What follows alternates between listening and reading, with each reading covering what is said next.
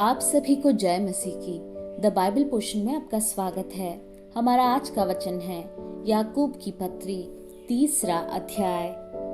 हे मेरे भाइयों, तुम में से बहुत उपदेशक न बने, क्योंकि जानते हो कि हम उपदेशक और भी दोषी ठहरेंगे, इसलिए कि हम सब बहुत बार चूक जाते हैं। जो कोई वचन में नहीं चूकता वही तो सिद्ध मनुष्य है और सारी देह पर भी लगाम लगा सकता है।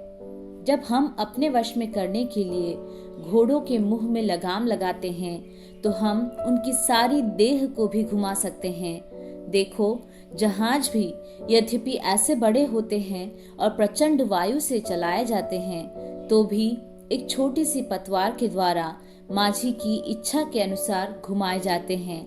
वैसे ही जीभ भी एक छोटा सा अंग है और वह बड़ी बड़ी डींगे मारती है। देखो, थोड़ी सी आग से कितने बड़े वन में आग लग जाती है। जीभ भी एक आग है। जीभ हमारे अंगों में अधर्म का एक लोक है और सारी देह पर कलंक लगाती है और जीवन गति में आग लगा देती है और नरक कुंड की आग से जलती रहती है। क्योंकि हर प्रकार के वन पशु, पक्षी और रेंगने वाले जंतु और जलचर तो मनुष्य जाति के वश में हो सकते हैं और हो भी गए हैं, पर जीभ को मनुष्यों में से कोई वश में नहीं कर सकता। वह एक ऐसी बला है जो कभी रुकती ही नहीं। वह प्राण नाशक विष से भरी हुई है। इसी से हम प्रभु और पिता की स्तुति करते हैं और इसी से मनुष्यों को जो परमेश्वर के स्वरूप में उत्पन्न हुए हैं शाप देते हैं। एक ही मुंह से धन्यवाद और शाप दोनों निकलते हैं। हे मेरे भाइयों, ऐसा नहीं होना चाहिए।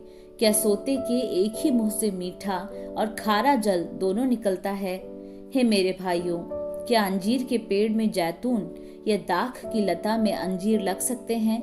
वैसे ही खारे सोते से मीठा पानी नहीं निकल सकता।